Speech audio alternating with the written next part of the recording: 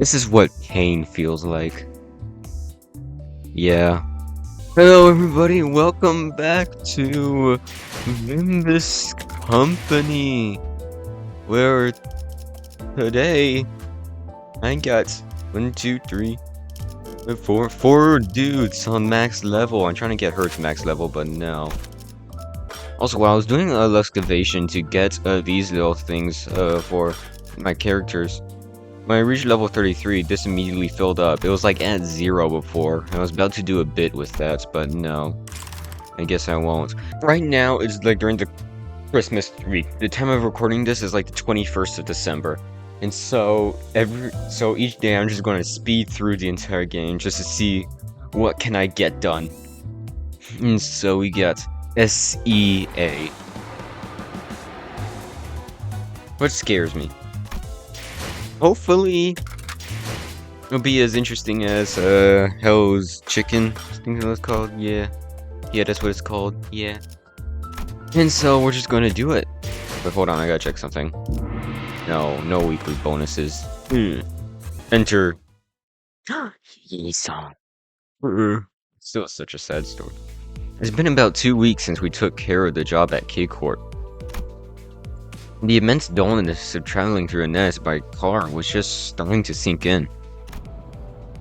Pretty sure if I saw a road that looked exactly like this one 30 minutes ago. The way roads are built in the nests and back streets is rather dissimilar. If we were navigating the back streets, we would have been able to find a shortcut through the alleyways and corners. But navigating a nest in an automobile means driving through this absolutely abominable traffic congestion. I guess that's why people with cash to spare spend it on W Corp's warp trains and such. The warp trains they are! The bus fell silent as though everyone seemed to simultaneously recall the warp trains as they saw in the mirror worlds. What? Warp trains? What's that? I think I prefer riding in the bus. De acord. Why don't we all take a nice little nap like Heath? I'm bored to death just staring at the window. So I spent days upon days of boredom on the bus, making very little progress towards the tunnel that seemed to lead somewhere. We're almost there. The road will free up once we exit this tunnel. Just as Fall said, the traffic jam appeared to visibly improve, allowing us to make actual progress. That's good. I can't see much yet, but I'm glad we're almost there. Average California traffic. Wait, no, New York traffic. That was actually terrible. Speaking of which, our destination was. Yes, indeed. Once again, we're being blindly led along by a guide who knows where. Don't you think it's about time he started telling us where we're going? Dante is asking where our next destination is. I was asking if he could start telling us where we're heading before we leave, but I thought better of it. Our current destination is... our final destination is the Lobotomy Corp branch, located at U-Corp. Why are you shocked? What was that, Ishi? You spooked me. Oh, sorry. Wasn't sure why Ishmael suddenly jolted, but I decided to carry on our conversation for now. So Canto 5 will be about Ishmael. Cool. Wait, so by our final destination, you mean... We are currently headed to a temporary stop. Just as Virgilus finished his sentence, the bus emerged from the lengthy tunnel. Whoa! That's...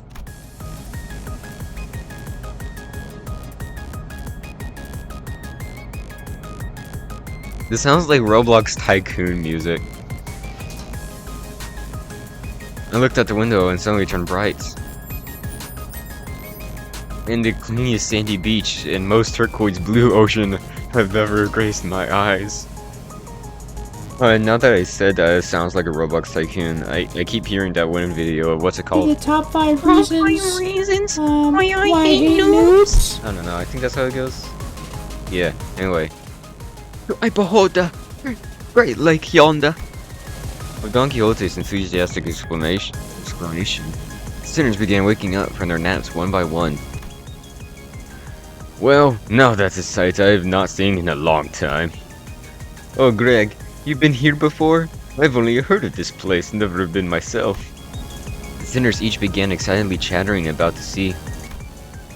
Wait, it can't be my turn already. Except for one, that is. No, we're still not ready for this. Ishmael, you good? And then, no, just give me a moment. I need some time to think. While I was still worried about Ishmael's sudden gloominess, I had faith that she would be okay. She was always on top of things, after all. Besides, my attention was drawn to the bubbling enthusiasm that seemed to have possessed the sinners. So, where are we journeying towards the Great Lake? I've only heard of the Great Lake, but I never saw it myself. This is what it looks like, huh? Oh, our trying journey has finally been rewarded with a seaside picnic. I suppose spending a nice vacation here would be a fun experience. If we were permitted to rest, I wish to lie upon the summery sand and gaze up at the skies. I could use some nice tanning on a long beach. I wish to try the game of beach volleyball. A better one, that is.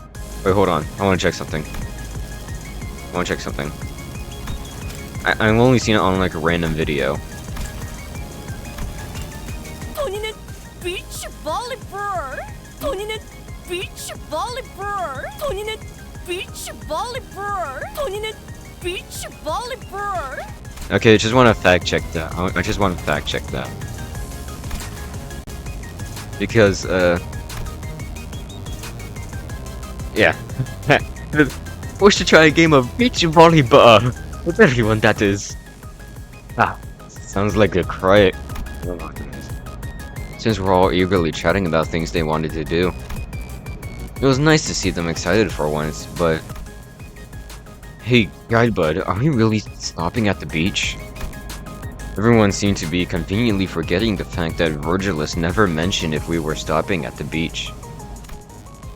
What do you think? Oh, Sharon? Gonna hitch wheels in a ditch, Screech. Formerly on-track bus suddenly swerved and everyone was thrown around and buzzed as is often the case. I just heard a bunch of dogs barking. Hold on, what was that?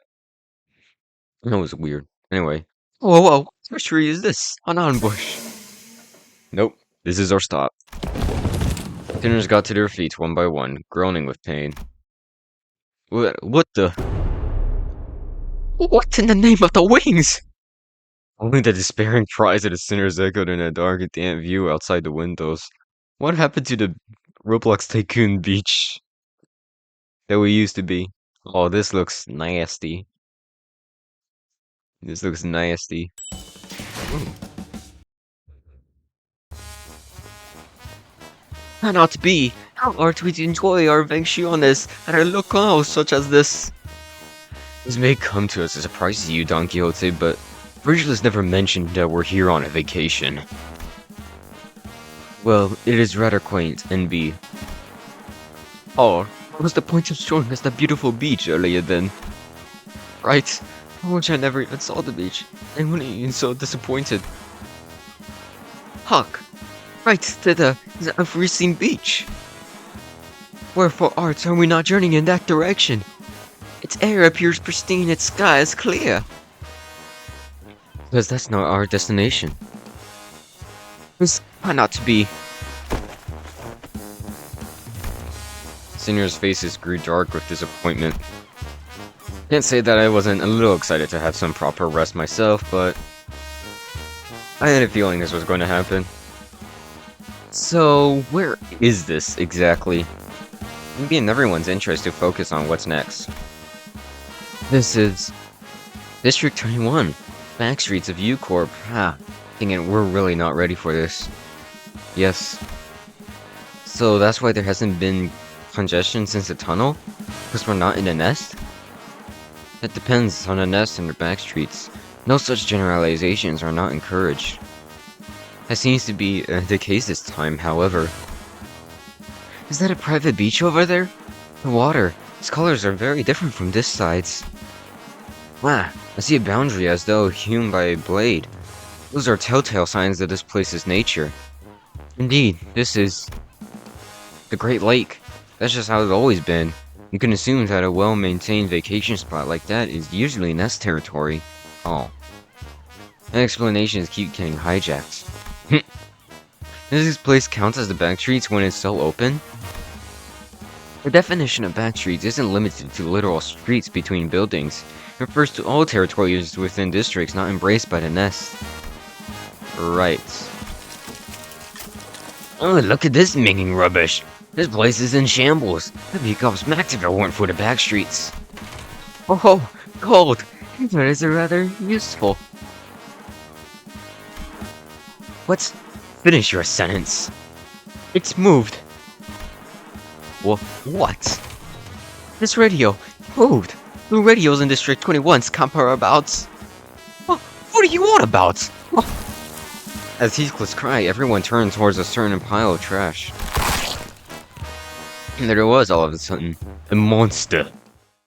Oh, I guess we're gonna have to fight that thing. This will be fun. Oh, 3 of these. How many? Oh, 6. That's great. Only one of them is attacking? Jeez, okay. I have a feeling I know. Oh, wait. For some reason, I thought it was... That was weird. Anyway, continue.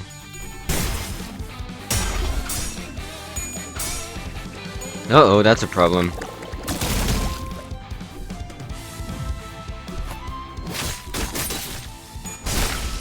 And there we go, now it's not a problem anymore. That's what he gets. Victory. Wait, why is he attacking... Wait. Hold on, wait, why is it attacking this? What's it called? Gua? Hold on, is this better with... Okay, it's just a normal one. This one. Why is it attacking him? Weird.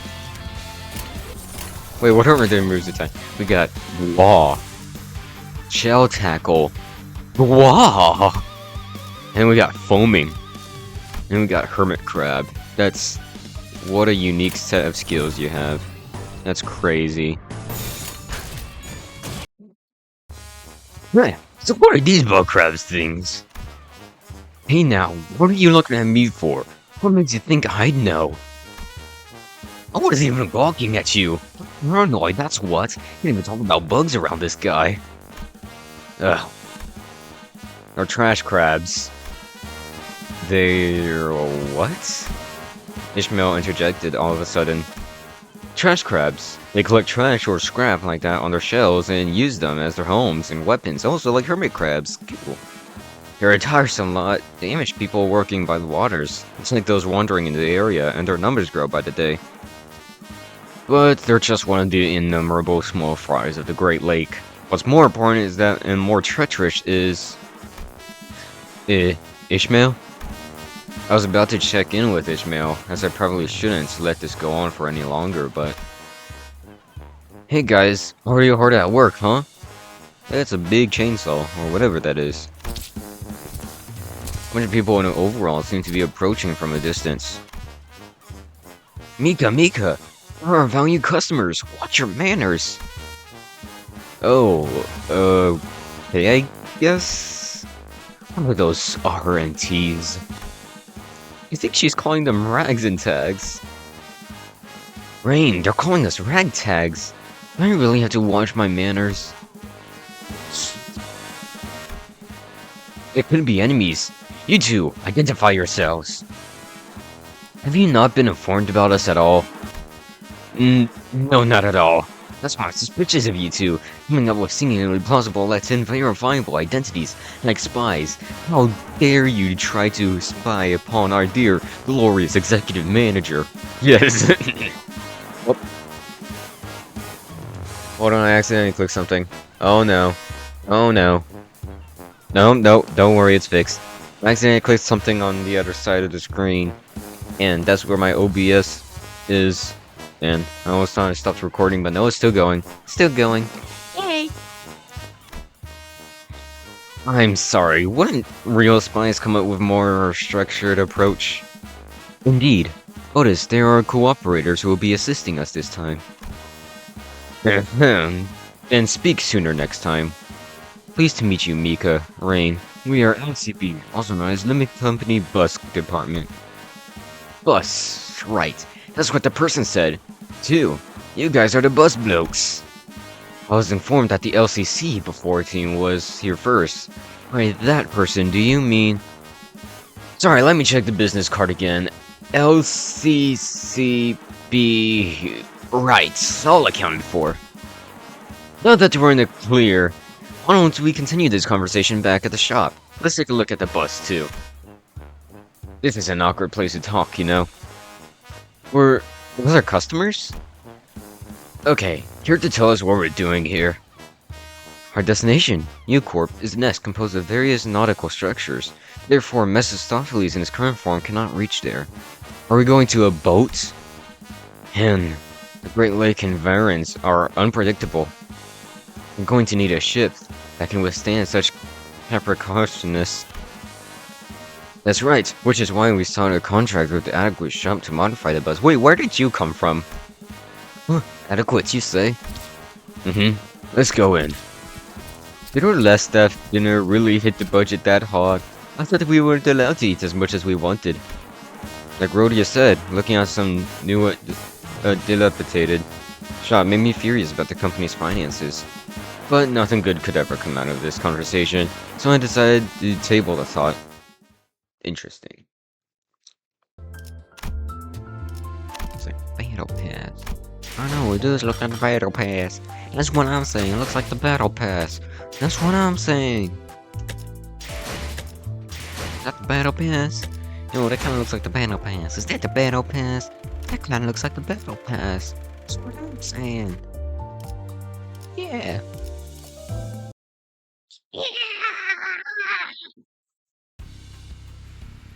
Right. Oh. What that just happened?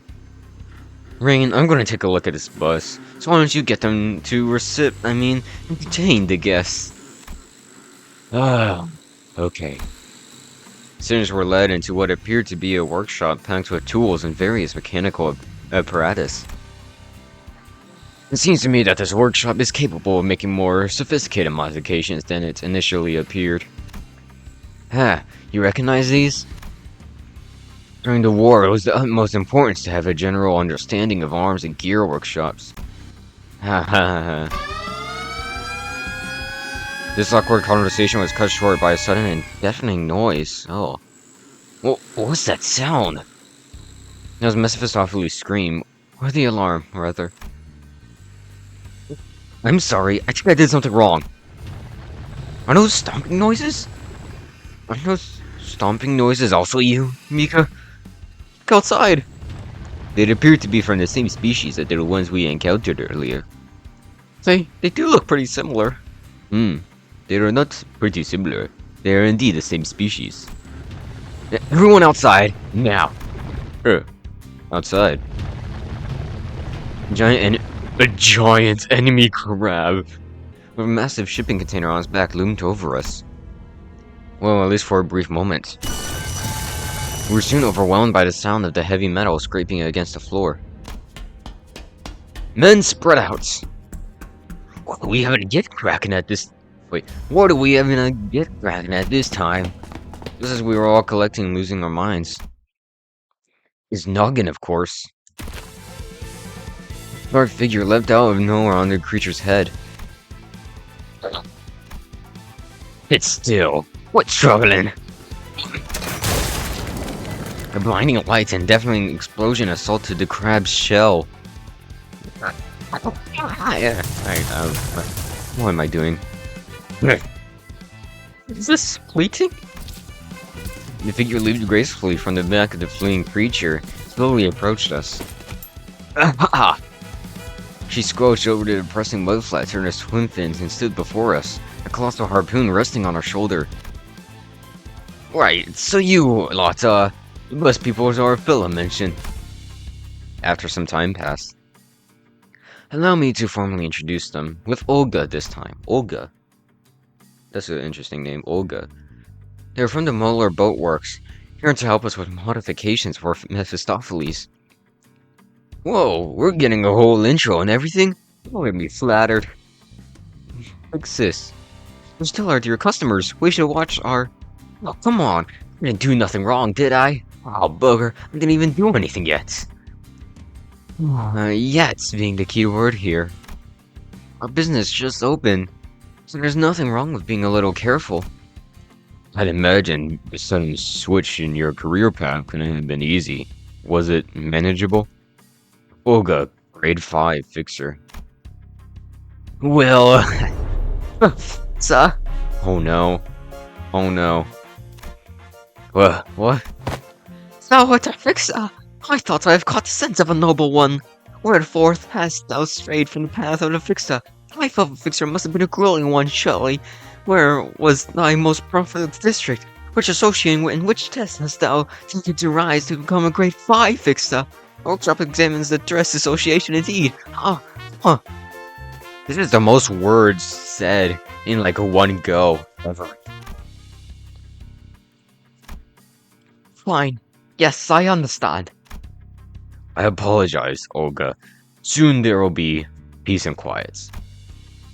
The red gaze. Greetings?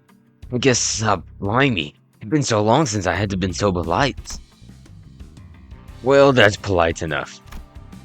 It seems that people have been returning one by one from the books since the incident at the library. Library? How was it for you? Same story here. One moment I was like, huh? Am I dead? And next I'm suddenly waking up somewhere around here. Library. I don't recall being in the library. I recall going to a casino and okay, so we went to a scientific lab, went to a casino, we went to a research lab, we went to a mansion. I don't recall ever going to a library. Interesting. No, Mika, no rain, stomach hankering. Thought I'd grab myself a nosh, so... And, how did it go again? A trash crab appeared. He fashioned a few things around you into a weapon, smashed his head in, turned to barbecue. Bob's your uncle. And Fanny's your aunt. Tasted like crap, though. And then you started selling scrap metal from the back of those crabs. Okay, Rain. I'm about to leave the storytelling to you, yeah? That Olga lady got a pretty flippant personality, huh? Yeah, Rhodia, like someone else I know. I have no idea who you're talking about. Oh, what's this? Is that a prosthetic head in it? Fix this. We'll be here all day if you keep derailing. Yeah, okay. I gotcha. The woman they called Olga fell back, clicking her tongue. And then a man called Rain came forward, bringing us up to speed. Who was a fixer? Oh no, working alongside Olga and Mika until they were all sucked into the library, getting wrapped into these called receptions.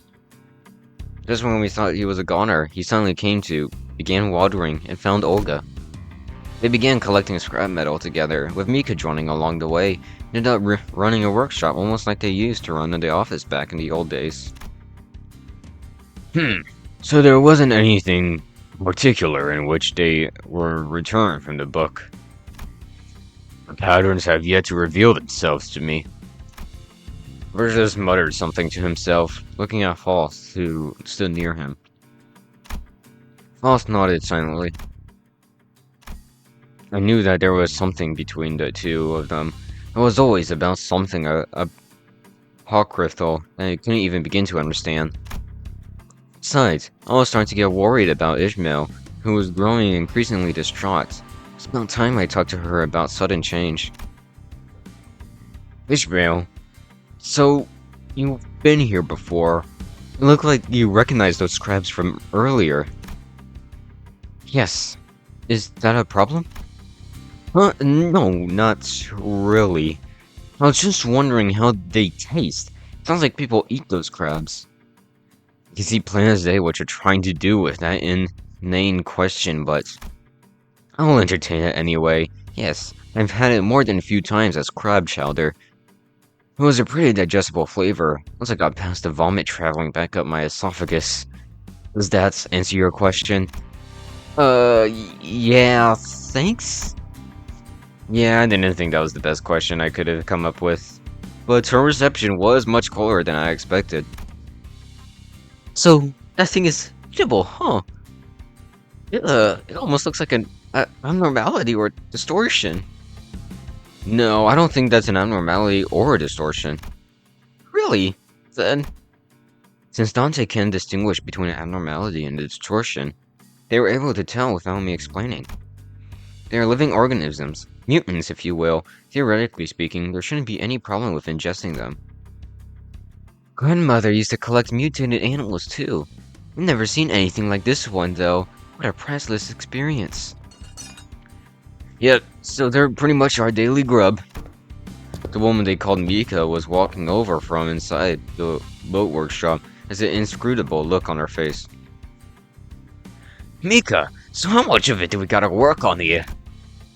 You know, there's this thing that my father used to work in a workshop, used to say. The whole shebang. What? All the way down to the engines? Or something like that? Oh, that was a weird voice, hold on. What? All the way down to the engines or something like that? No, not that far. I won't dare to go tinkering with that thing either. I saw the internals of the bus and it's on a whole nother level of complexity. But yeah, pretty much everything else has to be changed. No flotation device, no propellers, no steering gear, nothing. So, what do we do now? This was to be expected. Please present us with a solution. Did the managers say something or do they just TikTok sometimes? Well, anyway, we do have a plan to fix it. What we lack are the parts. Parts? For the bus? What do you need us to collect scraps or something? Yep, exactly. For what I've seen so far, I'm certain you and your company are cut out for the job. With that, Mickey pointed away. Forward where the trash crabs were. Oh, so we gotta collect the trash off the trash cabs. Crabs. Defeat the trash cabs, and you should be able to collect the scrap they're carrying. How many do we need to kill? Lots? Of course. That's what we're here for, isn't it? Precisely. Your job at this stop is to collect parts to modify the bus. It's far simpler and easier job than receiving a golden bow. Now then, while I converse with our cooperators, everyone will to the beach. That is no beach. Yes, it is. Even that mud flat is a part of the Great Lake, also known as the sea. Interesting. We gotta collect parts to turn Mephistopheles into a boat to sail off. 2 days later. We've been at it for about 2 days. 2 days? We were able to defeat a considerable number of trash crabs and collected enough scrap to fill a whole wagon and then some. I don't think you defeated a considerable number of trash crabs. I think you just made them extinct. Right, I think this will be enough to get us started. Phew, can we rest now? Listen, I can hear my shoulders creaking with every move. Odeon, can you stop that? Looks like you're flexing at them. Well, it would take some time to modify the bus, so we'll at least have a few days to enjoy. Though, this place doesn't exactly resemble a tourist attraction. The sinners were all busy stretching and chattering, relieved that the work was finally over. But I had a terrible feeling that this was probably not the end of our toil. Enjoy what? Of course, I knew it. I said it was enough to get started. Which means you have to go collect more scrap, of course. How much more, to be exact? About 5 times the amount you collected so far. What? Mika, we're going to have to work on the rear wheels too. Sorry, 7 times. Considering our current productivity rate, it would seem that we will not be provided to the adequate rest. It's going to take us like 2 weeks to get us enough. Perhaps reducing the time dedicated to sleep will be contributive to our collective efforts. No, cannot be. We simply cannot. Don Quixote looked as though she was about to collapse, a woeful look on her face. Hold on a second, though. How does collecting these pieces of scraps even help modify the bus? Of course, we're simply bolting these scraps onto the bus willy-nilly. Don't amount to much. But using U-Corp Singularity to fuse the parts, we can make them work as though they were tailor-made for this bus. U-Corp? I thought their deal was some kind of food packaging tech. You know, stuff that stops the content inside from spoiling or changing in any way until you open the packaging. I used to eat a bunch of their canned food. Funny, Big Sis says the exact same thing. Some nests have more than one way of using their singularity, in case you didn't know. The working principle is the same. One can always utilize the singularity's fundamentals to patent a singularity-based technology. And A-Corp, U-Corp is the only known for its stasis preservation packaging, but also for its Renaissance tuning fork. Renaissance tuning fork? Just like that very wonderful person. Yes, very wonderful. Definitely, we have nothing to say about them. We have nothing to say about them. They're a very wonderful person. I'd rather not read off of the script. Swine, fuse with things, and eventually devour them all, as though they never even existed. Ishmael, what's the problem? Dante, what to tell Virgilus immediately? Tell him that we have to collect these golden boughs of other branches first. Give me a moment, Ishmael. Are you okay? No, we're not ready. We're inexperienced. We don't know about the Great Lake nor about the whale. No, I know you help out. I know you make Virgilus understand. We can go there. Not yet. I'm telling you that the places. Blimey, what's gotten into you, eh? We're getting indigestion from the crab chowder or something. We all scrapped through the same crab guts, but I'm totally fine. So what's got you throwing a fit? It's the first time we're going and not knowing a bit about what we're doing. We've been dead enough times to get used to it. Finding your way through a mission isn't really something to be proud of, Heathcliff. If we were your average fixers, we would have been dead and gone on our very first mission. Our names scrapped clean from whatever association's registry. You think me daft? I had enough years toiling and brushing with the death for the syndicates of the backstreets to know that I got but one life. It is different now. Slugface here to bring us back every time.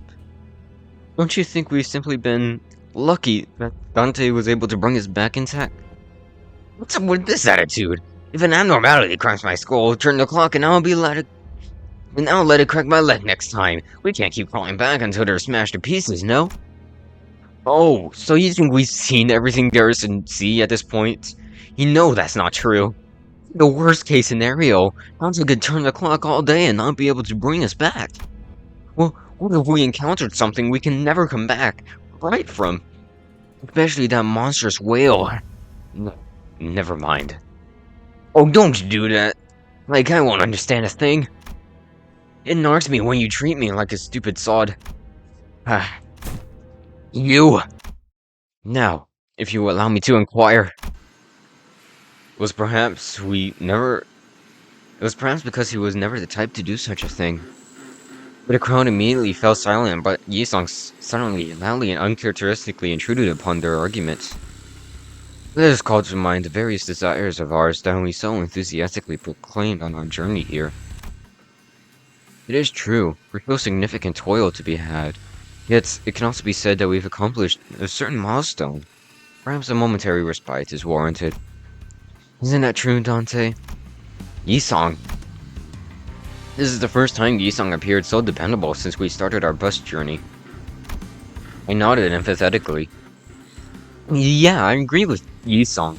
I think we could slow down for a bit and do some team-building activities together. How's that sound? Sure. I think you guys can take some off. I'll let you know once we're ready. Celsior, in that case. I say that we partake in a game of beach volleyball. Don Quixote's well-timed assist. The almost icy mood seemed to defrost slightly. So the next thing is going to be about Ishmael. I have witnessed it myself. There was, and I speak, was empty and perhaps appeared to be a ball of sorts amongst the stranded trash. Could be no puffery to say that this true injustice to deny ourselves merriment when a ball, able bodies, and a beach ball awaits us. Can we really call this a beach, though? Don Quixote, I told you, we're not here for a vacation. That I am well aware, dear Gregor. I appreciate thine advice, yet I simply do not have it within mine heart to deny such a proposal when an opportunity to bring us together presents itself. Yeah, okay. Please hold back that big grin next time, why don't you? Yes, I'm in agreement with Don Quixote. Me song? Upon reflection, I have no memory of engaging with such a sport with my fellows. I cannot say that I am particularly talented in games of the ball variety, but this appears to be as good time as any to experience it for once. So let us partake in this game of volleyballs. Yeesh. We're still not ready. This isn't the time to play ball games. We've been slacking too much as of late. Yeah, we were too lucky last time. Ishmael is starting to practically ooze all over the floor with an ominous aura. It might be a good idea to divert her attention for a bit. Let's play beach volleyball. A wise decision. I shall retrieve El Ballon. Oh boy. This is a downtime activity designated by none other than our dear executive manager. Everyone quit grimacing and accept it with gratitude. Ah yes, glory to Limbus Company Enterprise. Okay. I just hope it doesn't pull back playing this game. I am aware of the resource status specifications of this time. Allow me to draw the arena. There were grumbling sinners, beaming sinners, and reticent sinners. Their reactions were all varied, but everyone eventually moseyed out to an empty lot to play beach volleyball. I stretched, hoping that this activity would help break up this tense atmosphere. Sometime later. Now, let us commence. Fuel was drawn over a squelching mud flat. The ball worn rocketed in the air as Don Quixote served. Is this how the game is played? With Yisung's nice receive, it was starting to look like we had a proper game going on. Ah yes, Ishmael. Yep, you're pretty good. Meaningless. All of this. Otis, I think that serve would have killed me if I hadn't dodged it in time. Consider this a part of our training. What? Ryoshu, you're not supposed to hit the ball with your sword. Aha! Forsooth, I received thy ball. Up. We're wasting our time. We could be using to study the whale's characteristics. We don't even have a compass to guide us through the Great Lake. Dang it. That very wonderful person has got to be alive. Somehow. I don't know what to say. Heathcliff, unable to stand Ishmael's attitude any longer, kicked the ball with enough force that it just might burst. Oh! The ball flew way over the mark and toward the boundary, separating us from the pristine beach we saw a few days ago. Did the ball just pop? No more beach volleyball. Most certainly has. There appears to be a field of plasma invisible to our eyes. Field of plasma? Who put a plasma on the beach? Barrier sorts. It's thought to separate the nest from the back streets. Along the borders of every nest are installations that serve the same function, though their specific methods may vary. Of course, there are always fences and whatnot to stop backstreets residents from crawling into their precious nests. But with that technology, it could have simply made the ball disappear without a trace instead of leaving the torn mess, which gotta mean they don't want to enjoy watching the clueless souls be ripped to pieces, I bet. Glad the rich folk are having so much fun with our lives.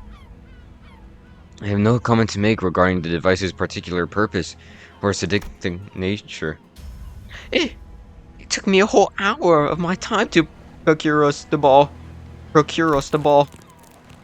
Brace yourselves. The sound of the ball popping attracted trash crabs. We'll have a chat after this. I really thought that this could be the activity to dramatically bring us all together. It's all gone to hell. Why does this keep happening? Isn't it about time you got used to this, Manager Bud? Come on, let's first take care of business. Alright.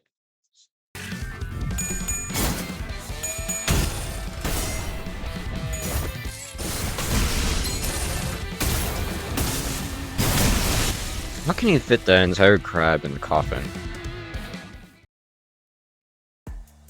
Hey, Ishmael. Yes. Can we talk at least for a bit? I called over to Ishmael once the battle was over. Right. I've never done anything like this before. I don't even know if this is the right thing to do, or what kind of results this conversation is going to yield. But you can't just sit here and watch. Yeah, whatever. It looks to me that you've been preoccupied with something ever since we got here. You know, you're not really participating in group activities, things like that. Isn't it obvious? There's something more important at hand. They're all busy enjoying themselves playing this stupid game. Something more important is this about the Great Lake? Yes. That we, in our current state, shouldn't go there. No. Right. So why do you think that we don't have a chance against whatever is there? I told you, we're not ready.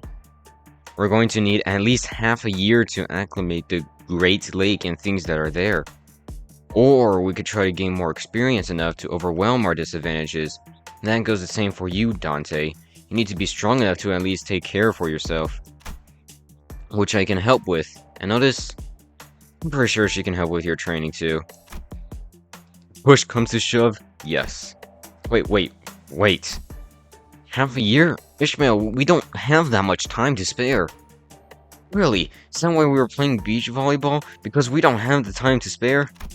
And it's not like I'm saying that we should just sit on our butts and do nothing for half a year. I'm saying that we should visit other destinations first before coming back here. That is impossible. Not every location of golden bells in the nest have been identified. And the before team hasn't completed their preliminary surveys yet. Excuses. I've known for a while that you've had some fancy ulterior motive. And whatever that is, this is a mistake you won't ever forget. Perhaps. Yeah, what a mess. In that case, we should at least map a detailed sailing route and plan a combat strategy. Rattling on and on. Just when I thought our discussion was reaching a stalemate, Heathcliff butted in. What's your problem? Shut your gob. Think you're the only one struggling here? We've all died more times than we could count. Every single one of us. So I'm telling you that it will work out again, somehow. And I'm telling you that the Great Lake is different. What if the manager drowns? What if that thing eats us and our bodies can't be recovered?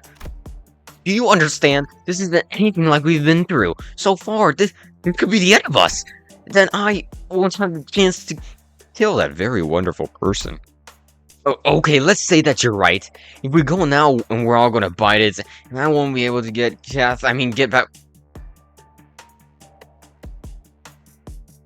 Wuthering Heights reference? What's wrong with... Faffin? What's wrong with Faffin? Hold up a little while. Are those whales working out or something? You've been mucking up the wood ever since we got here. I'm about to use some common sense and not bring everyone else down with you. That's rich coming from you, Heathcliff. What common sense do you have of the Great Lake? Have you even seen a whale since when you were such a know-it-all? And what do you even know about the sailor's life? How could you? All day you're whining about your girlfriend or something, dozing off in the bus, or throwing a hissy fit once in a while. Quit it! It's kill or be killed. Everything from the depths, from the waters to the heights, and the skies falling and falling onto the deck. Innumerable natural disasters like acid typhoons, tsunamis, cerebral storms, and a multitude of other terrors in the lake I can't even recall the names of. And from the storms, high waves as tall as mountains, following those monsters that wash up on the deck. Look away for a moment, and your mate, whom you trusted with your life is slain. Everyone and everything goes mad, forever transformed into something else entirely. That's abominable lake. It's something that's pathetic, lovey-dovey tenderfoot like you won't ever understand. Not after dying 100 deaths. I told you to quit it! Before anyone could even step in, Heathcliff swung wildly at Ishmael. I don't know anything about me. A prick like you! Fellows, this was such a blitz that no one could even attempt to intervene. Yi-sang almost looked pitiful as he stood there bewildered. For a moment, it appeared as though Heathcliff had the upper hand as this fist struck Ishmael right in her jaw. Ugh! Oh, she mentioned Catherine. Oh, that's crazy. Oh! Just as Ishmael appeared to throw a punch, she kicked Heathcliff's leg, throwing him to the ground. Ishmael, wait! In a blink of an eye, Ishmael took up her mace. She raised it high, as though she could strike it down at any moment. Arm trembles with uncontrollable fury. Yeah, what do you do? Rush my head in like I did you before? Fine, kill me. No matter, I'll be right as rain in a minute. I was a fool to think you would be any different from me. Ha! Everyone's the same after all.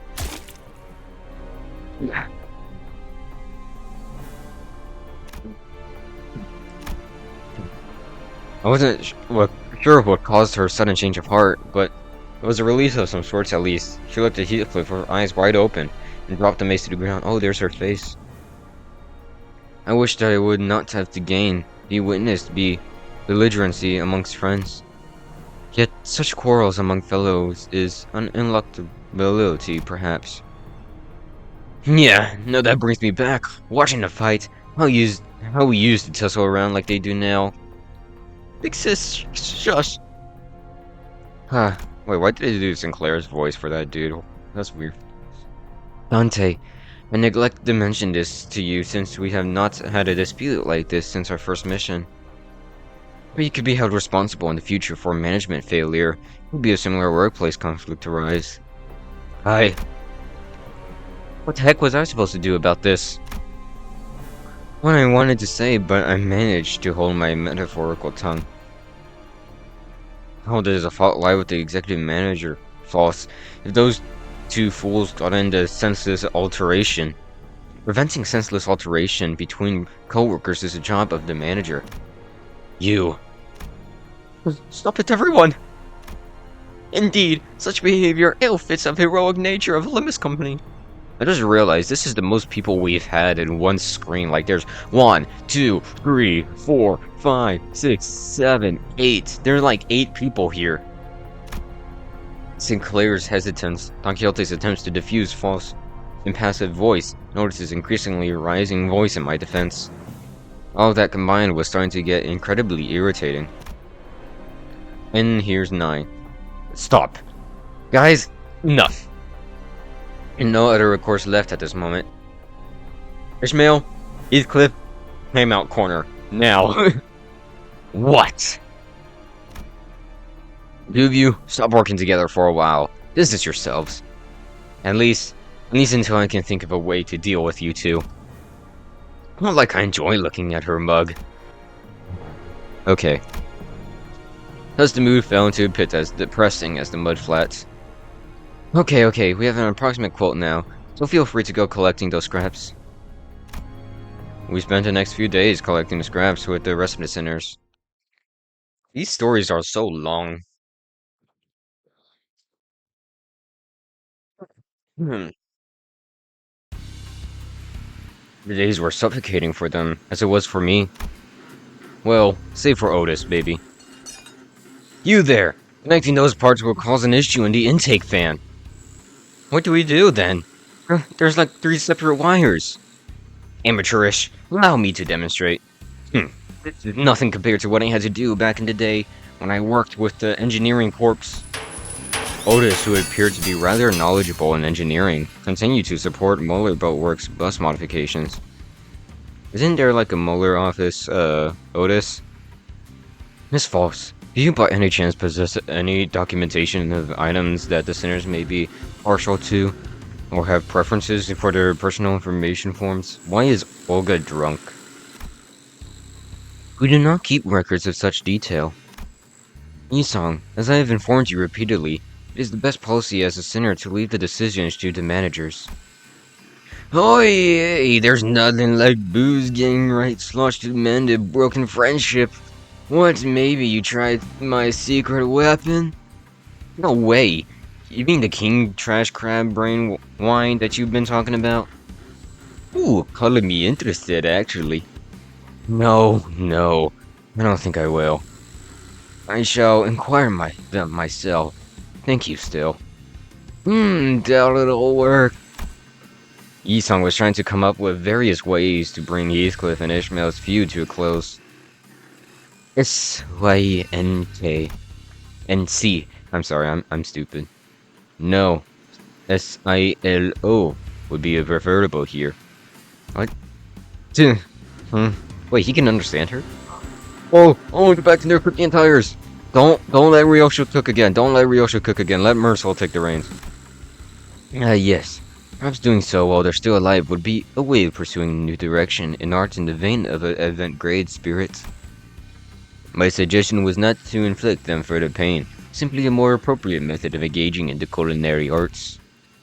I'm sorry, but when's dinner? We've been having the same conversation for the last 30 minutes. Rain, I'm dying here. I can hear the dread crabs going at it in my belly. Big sis, please get a hold of yourself. It seems that Ryoshu and Mersal were trying to come up with a way to make the trash crabs more palatable. Not that I had any taste buds or mouth, but it was starting to resemble actual food, at least in its presentation. Kiddos, you're going that way. As a child. I am not. Now, young Sinclair, el golpe de gracia. Gregor, take his left leg. Gotcha. Most of the artisaners were busying themselves with hunting trash crabs and collecting scrap. They say that practice makes perfect, and everyone was already performing rather well, coordinated attacks, even without my input. As for Heathcliff. Whoa, Gregor, are you showing off your roastery skills? Insipid. Your flames lack flair. Wait, he's just cremating it! It has been extracted. However, this can no longer serve function as a proper source of nutrients. Give it hither, as I have consumed naught but 3 legs so far. I have contracted type 2 diabetes to that. Somebody help! Oh.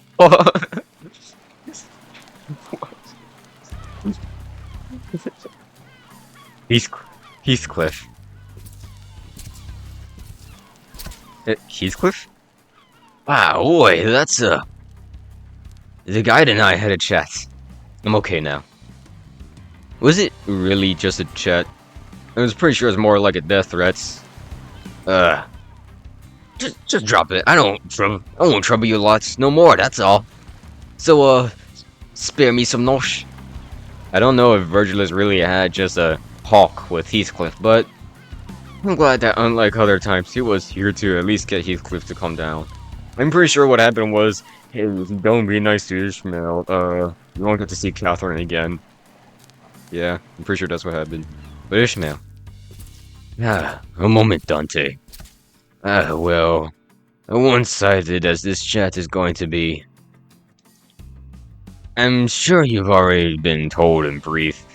I've conducted a little meeting with the 2 problem individuals. You will see that the discipline has proven effective with Heathcliff. While Ishmael's case hadn't been quite resolved. Or more to be precise, there is no reason to resolve it. What are you talking about? You must be asking what I'm talking about. I hope you aren't expecting me to kindly explain everything to you. You will realize it on your own soon enough.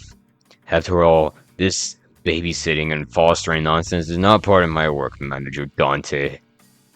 I know you're putting in extra work, and I appreciate it. I'd like it if I didn't have to intervene anymore.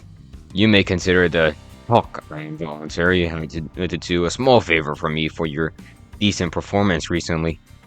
Now, I have remaining business with the fixtures in Molar office.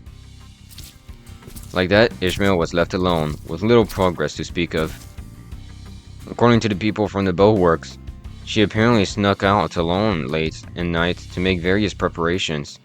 Even when I visited her, I found her hanging about and called over to her. She didn't respond to me at all. She wasn't ignoring me, rather, she seemed too deeply fixated on what she was doing. What should I do about her? No. What was I supposed to do then? Well, a clear answer still eluded me. Mephistopheles' Misamere was entering its final stages. Actually, how deep are we in? I know we're like 2/3 done.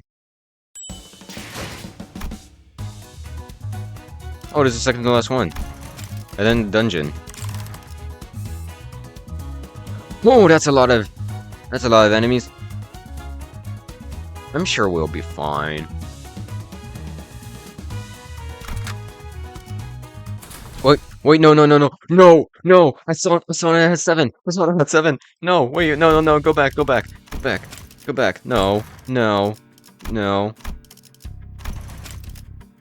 Okay, I'm just gonna skip this. And, we're gonna retry that. We're gonna retry.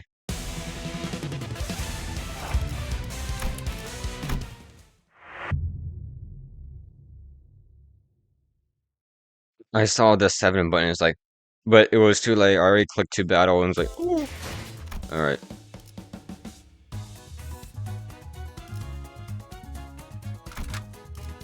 Okay, now we're going to choose you and you. Now we can continue. All the sinners, save for Ishmael, gathered to behold the finished product. It's a bus. Oh, wait, no, it was always a bus. It's a boat now. Oh, might behold with mine eyes the transformed bus. Would one call this a bus boat or a boat bus? I think I'll go with bus boats. Where did the wheels go?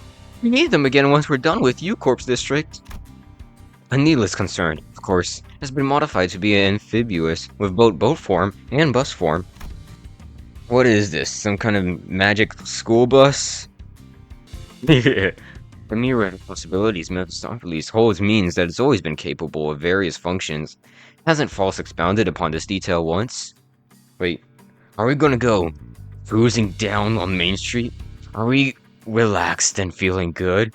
But then, next thing that we know, we're seeing an octopus in our neighborhood?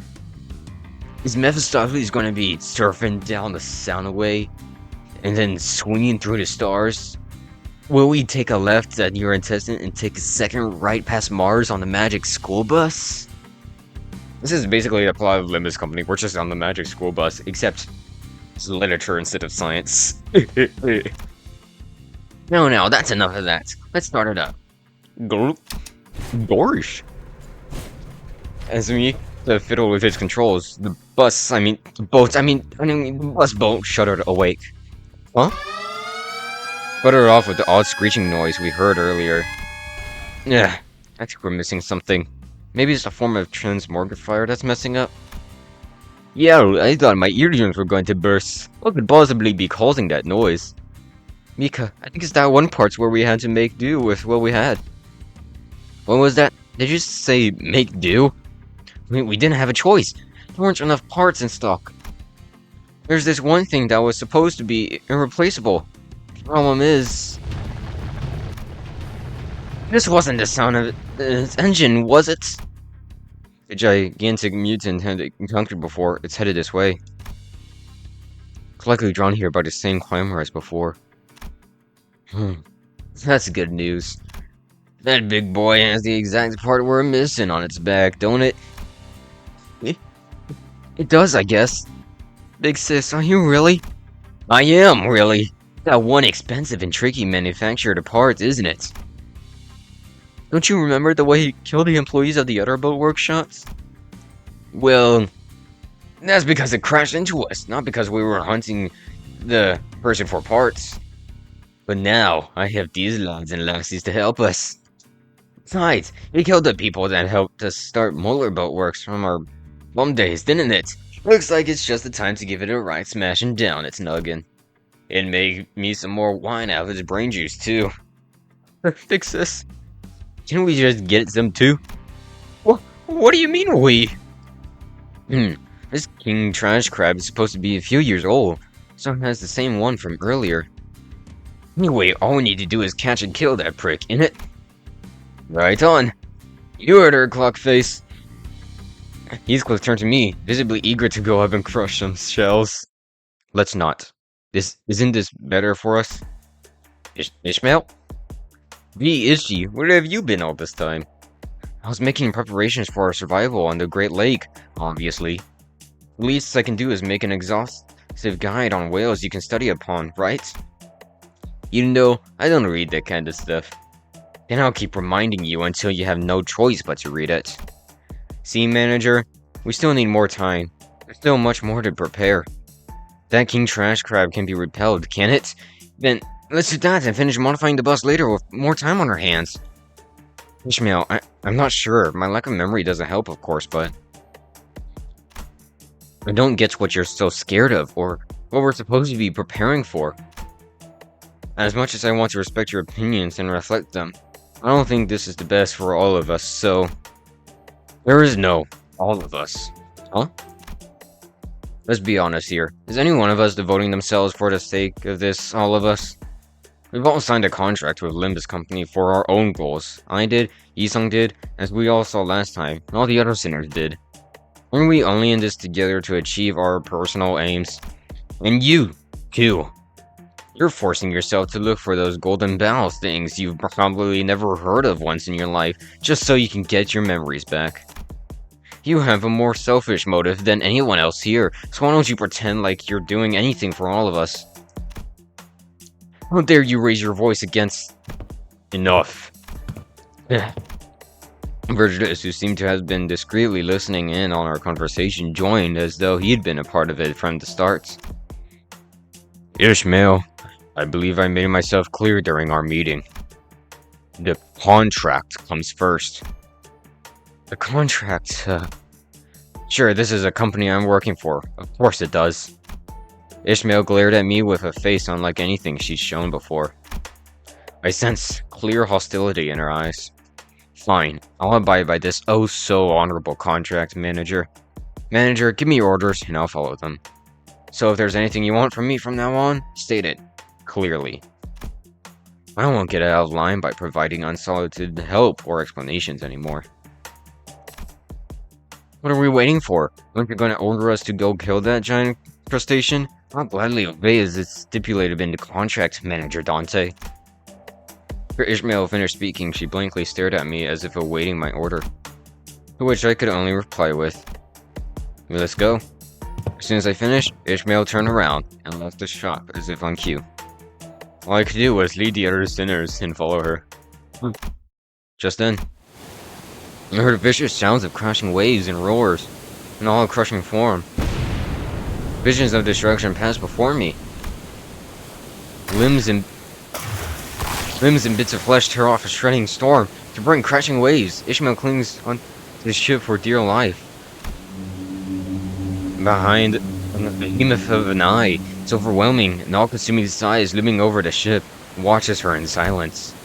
Perhaps this could be a clue to Ishmael's perplexing behavior. He just saw her pass. Oh, this looks cool. There's the ship and there's the whale. That's cool. Oh no, it's a focused encounter.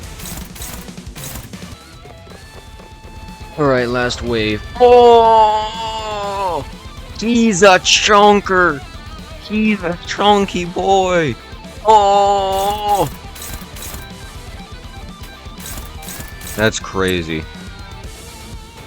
All these clashes are dominating, so I better not see any losses.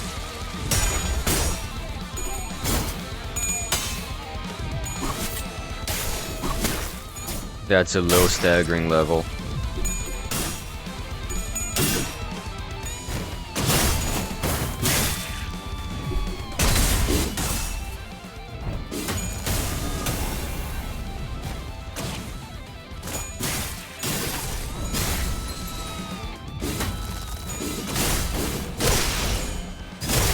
Oh, we already got rid of the shell. That's basically all we need, right?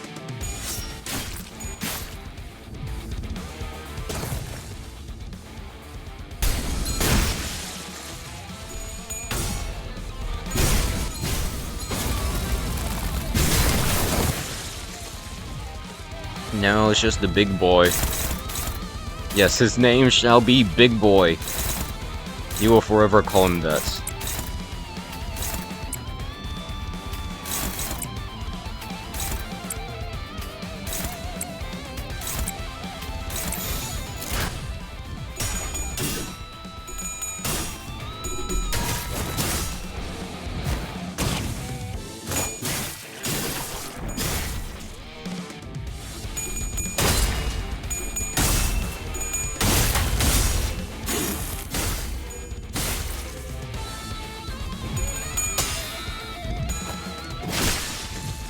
Yeah, okay, we killed Big Boy. That's good. That's really good. According to Virgilus, the people at the boatworks have been saving up for a trip back to V Corp's back streets where the Fixer office used to be. They're experiencing a warp train malfunction. They apparently decided they'd rather take the car. I considered telling them the truth. I learned from a number of identities. I figured ignorance is bliss and kept my figurative mouth shut. Maybe I feared that the things I said could bring bad results again. Like how Ishmael has fallen out with me. Come on, get working. Oh, we got him now. Phew. Looks like our job's done. And lucky you, the tide's in. Should be able to set off now. Now then, switch to boat mode. Oh, it transforms loosely. Man, I've got to say, I've got a great admiration for whoever designed this vehicle. I heard stories of it, but to see it in motion firsthand. If you tried, it would most certainly change in other forms as long as the core is intact. How can such a core be real? I'm just amazed for a lack of a better term. Indeed, Faust is amazing. So Faust made Mephistopheles, yeah. Alright, now get in your vehicle. You can switch to mode again once you're in the water. Aboard the boat-shaped Mephistopheles, we forge ahead into the ever-rising waters. My relationship with Ishmael is still precarious, which was something I still wasn't sure I had what to do about. But since some of the sinners were also trying to be supportive towards Ishmael, I decided that it would be best if I tried to come up with a solution in the meantime. Maybe I'll find out more further we get from the shores of the Great Lake. It's sailing alright. Does that mean we can get paid and go out for a meal now? We actually got our money a minute ago.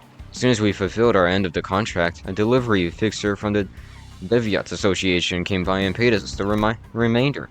Oh, our contractor turned out to be a pretty big deal, huh? Dang, now that's a catch. How about we take a break from trash crabs and splurge some pork belly barbecue? Sounds good, big sis. By the way, Mika? Yes? When did we add a submersible mode to the modifications? We didn't? It sure looks like it's listing. Boy, get the water out, quick! Buckets? Where are the buckets? I found a hole. This must be TD. What off? Glub glub. I'll get the lifeboats. Guess we should also prepare to pony up penalty fees. We're so dead. Let's just zoom in. Finn! Finn. That's a Finn. With our frantic attempts to drain the bush and Sharon's skillful rowing, we managed to get back to the boatworks and have the bus repaired. With that, our voyage on the Great Lake began somehow in earnest. Okay, now we're done. I wonder what's the last... I wonder if it's going to be like a dungeon. Yada. Oh, the evil defining. Wait, no. Wait, that was the last piece. Cool.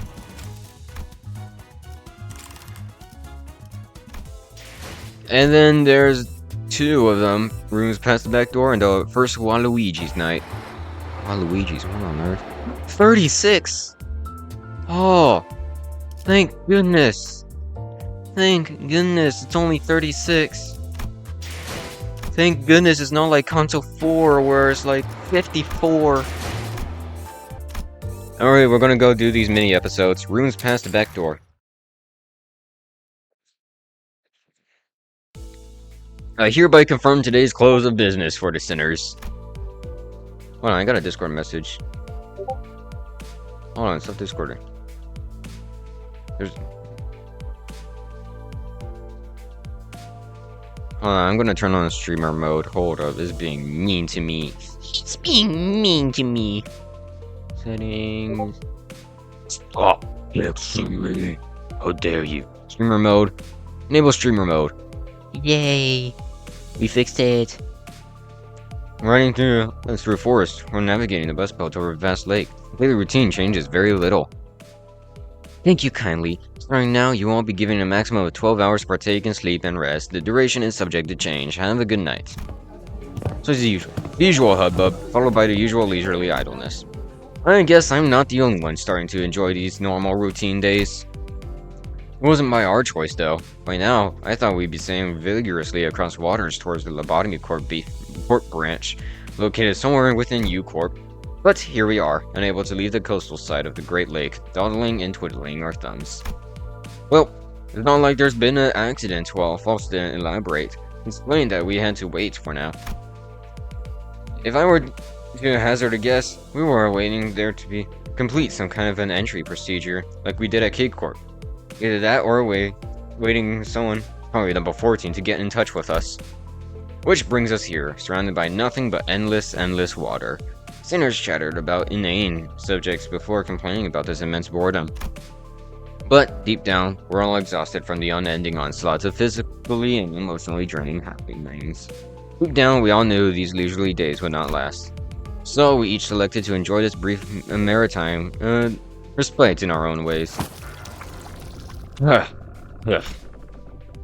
thou needest mine assistance, as I have repeatedly made myself clear, I am quite alright. Yes, how ideal of you, Yisong. Thy countenance, returning to contents within thy stomach to the lake with such vigor, saith otherwise. Except for Yisong, who had surprisingly low tolerance for seasickness. This voyage was proving to be rather uneventful. Yisong, the day's over. You can go back to your room now. Oh, should I finally be freed from this suffering? Seriously, I told you that you could rest in your room if you wanted.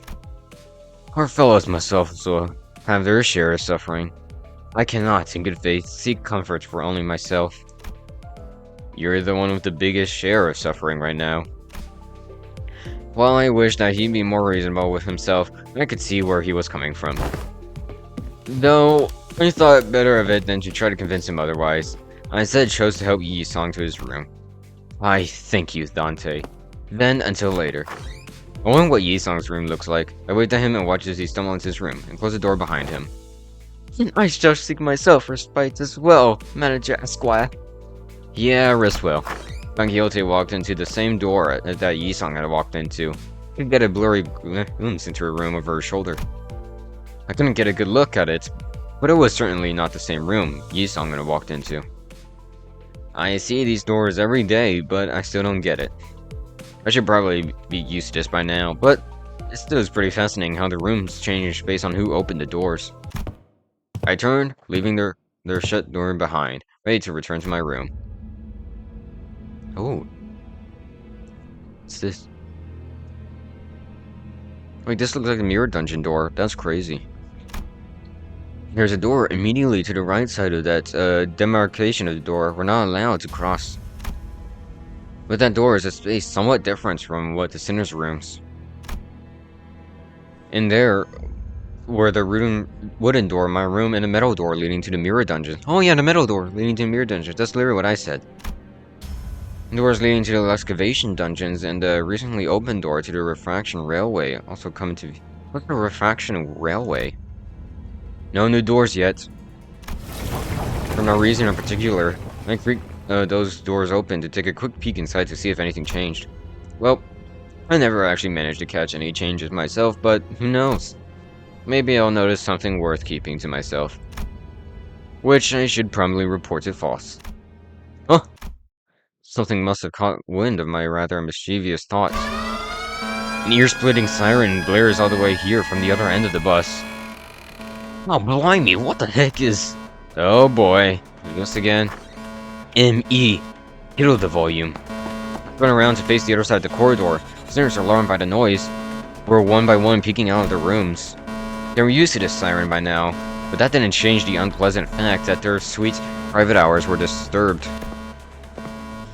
Well met, Dante. Let us observe the disturbance together. Okay. Accompany Faust to the helm. He fiddled with a few buttons and shut off the alarm. Incomprehensible, complicated-looking letters began to fill the round screen. Is that a new room? Even Faust needs a moment to decipher. Right. The siren was always comes without warning. And with it appeared a mirror dungeons, the excavation dungeons, and the refraction railways. What are refraction railways? I don't know if this is relevant, but I didn't see anything that would indicate activity when I checked the railway door earlier. It's unlikely that anything new would appear from that entrance. I find it difficult to believe that the next line would arrive so soon, when the glow of the door leading to the line 2 has yet to go out. I guess you're right. The first railway really took me by surprise when it appeared. A new door had appeared before us, the edges shimmering with a blue glow, and when we entered it, a mysterious vehicle was sitting there, waiting for us. Its appearance somewhat resembled that of Mephistopheles, but it was also patently clear that I'd never seen anything like it before. An odd feeling. I see that your first encounter with a train has left a strong impression, Dante. Train? Well, I recall that you rather violent reaction when I entered a train to observe its interiors. Come on, I wasn't the only one that freaked out. Everyone did. I guess it was something while we were traveling to U-Corp. What if the thing left the station before the rest of us got on? That's not what I want to say if Faust hadn't already turned around from the screen, to which her eyes had been metaphorically glued for a while, and walked away. This wasn't it, then?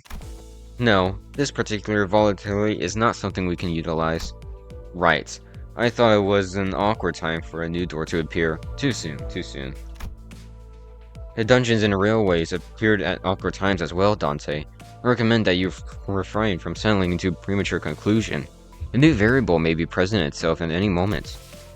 Moreover, this volatility has triggered an alarm from the Mephistopheles engine, and it naturally follows that a new door has appeared in an indeterminate location down the corridor. This may reveal a space from which one can never return. It is best that we keep track of these incidents. Even Heathcliff won't do anything like that again. Probably. As for my last advice, your premature conclusions is... Regardless, no serious issues have been detected at this moment. It would only be most apt that we enjoy our remaining rest period. Now, if you will excuse me, rest well, Dante. With those as her parting words, Faust disappeared into her room in her usual manner. Left alone again, on his bus, whatever, looked at the numbers displaying on the screen. Numbers, unintelligible letters, drawings and symbols depicting something. I had to shake my clock head after staring at that dizzying sight for a while. I wonder if this is how Yisong felt earlier. I'm starting to feel nauseous. I was barely able to hold back the vertigo from setting in. Time to saunter back to my room. Let's turn in early tonight. Yeah. Now, the first Walpurgis night. I remember doing this when doing the chicken one. I got two Walpurgis night identities. This one, Lobotomy Ego Lantern. This one. And this Gregor one, Night Owl's Capitano. It's called, yeah. Cool. I will now. First Walpurgis night. We're on the 7th now, yeah. Another day, another prolonged and dreary period of waiting, and some more waiting for something to happen. Of course, our busboat was still floating on the coastal Great Lake. Voices of discontent among the sinners started small, but they have been growing increasingly insistent as of late. Ah, holy crap! All of a sudden, an ear-splitting siren echoes throughout the cabins. It's that alarm again, warning us of a volatility in Mephistopheles. It was much louder, much more painful than the ones we've heard before. This time, it wasn't the only thing that assaulted our senses. Huh? We never heard hand flashing lights like this before, right? What is it this time? Did you feed this rickety bus? Oh, this must be a signal that the long-awaited adventure is finally nigh. Is this what we've been waiting for this whole... I thought I turned off stream. I thought I enabled... I thought I did. I thought... Oh, that's weird. So I've been waiting for this whole time? No. Virgilus frowned as though he sensed that something was off. He turned to Foss. It was one of those rare occasions when I could sense the slightest hints of confusion from him. Wee-oo, wee-oo. Mephi's blaring and crying. Mephi sick? What is this, Miss Foss? I wasn't informed about a siren like this before. First, a correction of falsehoods is in order. Mephistopheles is not rickety, and eating is not part of its behaviors. It does make infrequent use of encapsulant supply gear and install the engine for fuel. It has no negative consequence, even if it was, whatever issues may arise and handily be repaired after a prompt total assembly. Oh, it's just a figure of speech! Yeah, so what's this now? Sounds like the bus is about to explode. To label Mephistopheles as some rickety bus completely disregards the amounts of pain and effort Foss dedicated to designing it. Heathcliff, if we don't take it back, I don't think she's ever going to stop. Ah, seriously? Yeah, Heath, take it back. The bus might actually blow up before she explains anything. I take back what I said earlier. I cannot comprehend what you are attempting to take back. Your rather abstract reference to this unknown concept that you supposedly mentioned earlier is hard clarifying. Anyway, allow me to list the specifications of screws used in Mephistopheles' construction that make this creation so impressive. First, fine, I take back what I said about the bus. It's not rickety and it doesn't eat. I'm sorry, alright? The captain briefly echoes in his cries, then in brief silence. I think I saw a false flash with a briefest grin of satisfaction. Good. Is this clown show over? This juvenile, tedious exchange is testing my patience. Yeah, it's a bit different from the usual alarms. Don't think this one's for a new door. It's quite simple. The Knights is here. WDYM. GOISYNC. Talk or I snap your... Well, Purge's Knight is here, it seems. The Knight is not here. That is very apparent, at least in this coastal area. The name does not refer to the time of day in which the sun moves beyond our line of sight. Then it appears to me that by designation you are referring to a certain phenomenon? Yisong seems to be doing a little better now that the waves have died down somewhat. I am, indeed. I'm certain that all of you are most familiar with the fact that extracting identities and ego from mirror worlds is one of the many functions in Mephistopheles' engine. But its reach is rather limited. Even if it has expanded over our journey, we have yet to reach mirror worlds that are too far from our own. Is this the Golden Bell's doing? I noticed that it was fishing up more and more new things from the longer our journey went on. Broadly speaking, yes. You can say that Dante and our collective experiences gradually expand a range of extractions. Normally, extractions require a certain resource, but there were times when the identity cards appeared out of nowhere. Do you recall them, Dante? Yeah, some of them just randomly popped up out of the engine. Wait, slow down. The heck's an identity card? Oh, you still didn't know? I'm jealous of you, Heathcliff. You have a talent for ignoring anything you don't care about. You looking to get your head smashed in, or what? Right, knock it off. You guys, Guidebud's giving us the evil eye. There, you know, the, things manager bud pulls out the engine from time to time. Those little rectangular objects with our alternate world. It was a mirror world? Anyways, those things with depictions of our other selves on them. Yes, those things that look like, mahjong tiles. I thought they looked a bit like wafers. I believe their denomination comes from their appearance as cards that contain identities. Thus, it naturally follows that they are named identity cards. So, we're using those rectangular toys to transform into our alternate selves? I never used them before. That's because I'm the one using them. On the device used, Dante are indentations through which identity cards and egos can be inserted. They are reflected when they participate in battle. Oh, so that's what they were fidgeting with before every fight. I could tell from his flabbergasted expression that none of it had ever even occurred to Heathcliff. On the other hand, Don Quixote wore a somewhat forlorn expression. What's wrong, Don Quixote? Well, Is this not about time what Ishmael would intrude upon the conversation and denounce Heathcliff with biting words such as, "You still didn't know, that's just like you." This emptiness weighs heavily upon mine heart. Oh, you're right. Something was missing from this whole convo. I knew it. You're right. Enough. We're not getting the information we need. Miss Falls, please explain the present situation. What are these green lights? Understood. If we take into account the case of identity cards Dante received without spending any lunacy, we can draw a conclusion that Mephistopheles' extraction has an element of unpredictability tied to its uncertainty. The heck is she blathering about now? Yet this item is of your design. To say that it has an element of unpredictability would indicate that... Correct. The Keflin fuels the engine, yes. However, extractions and reconstructions utilize chaos. Well, in easier terms, you can say that it uses the concept of possibilities itself as fuel. Our extraction range grows when we were able to observe specific possibilities in the infinitely branching mirror world. During this period, however, the borders between mirror realities are entirely shattered. Using then pressing as our anchoring point, it could be said that our current extraction range is approximately 3 years into the past or the future.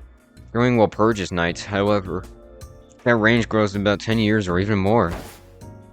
In that case, allows me to say that identities of prominent fixers from times past may grace us with... Theoretically speaking, yes, but each Walpurgis night has its own peculiarities. Not let us reach into all potential possibilities. Then, does that mean we may also be veiled to our alternate selves as the legendary fixer, our magnificence, the one, the only, the Red Mist? The Red Mist? Who's the Red Mist? I know the Red Gaze, but not the Red Mist. That is extremely unlikely, but I'll not completely dismiss the possibility. Imagine if there's an identity for the Red Mist of Don Quixote, that would be crazy. The extended range, I suppose, could be defined by worlds affected by entities that were indispensable for the formation of this current state of the world. An example of that would be the Lobotomy Corporation headquarters prior to the White Nights and Dark Days incident. In some ways, your words sometimes found a roundabout way to the truth, Don Quixote. I didn't know who this Red Mist was, or I know about the White Nights and Dark Days was. But I could have hazarded a guess that they both must have been pretty significant considering that Virgilius' face grew visibly tense as soon as they were mentioned. Sinners were unsettled too. We can conclude that this siren is no cause for any immediate concern then. No, it isn't. Consider it a festival that arrives once in a while for now. Festival. Festive times. Sharon is festive too. I don't know if I got all of that, but isn't this what we've been waiting for, isn't it? No, we will continue to wait. Yeah. The sinner sighed and groaned with disappointment as the newfound anticipation fizzled. Well, something did happen, but it wasn't something that would get us moving. Let's see what a disappointment this might be to them. So how do we stop that green light from flashing? It will turn itself off when Dante extracts something from the engine. Do not worry. Right, back to business, so... Dante, extract something and turn that alarm off. WAD. We'll just be running more dungeons through Vector with whatever new thing they pull anyway. Still, this leisureliness is a rare opportunity, isn't it? Blessed be the patient ones, or so it's said.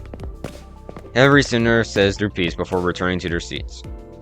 Some of them walked out of the cabin to gaze at the lake, as if something they must have been growing a tad tired of doing at this point.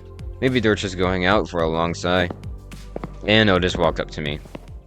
Are you not worried, Executive Manager? Huh? About what that mad scientist said. For now, there has to be more to that statement. Should I investigate this matter further? Otis was right. Well, False did tell us to consider this nothing more than a festival. It arrives once in a while. She definitely knew more than what she was letting on. But if False speaks of something in her characteristically cryptic manner, that means she'll never tell us until she wants to. Well, it does bother me a little, but right now we don't have a lot of options. Let's just put a pin in it for now. Otis nodded affirmatively, bowed, and returned to her seat. Well, let's get extracting, like Foss said. Will I get lunacies off of that? Because I don't have any lunacies to extract. No, I don't. And so I guess we'll end it off here. And so I'll see you all next year. Merry Christmas. I don't know. These 3.5 things are weird. I never know what to do with them. So yeah, I guess I'll see you all next year. Merry Christmas. Bye-bye.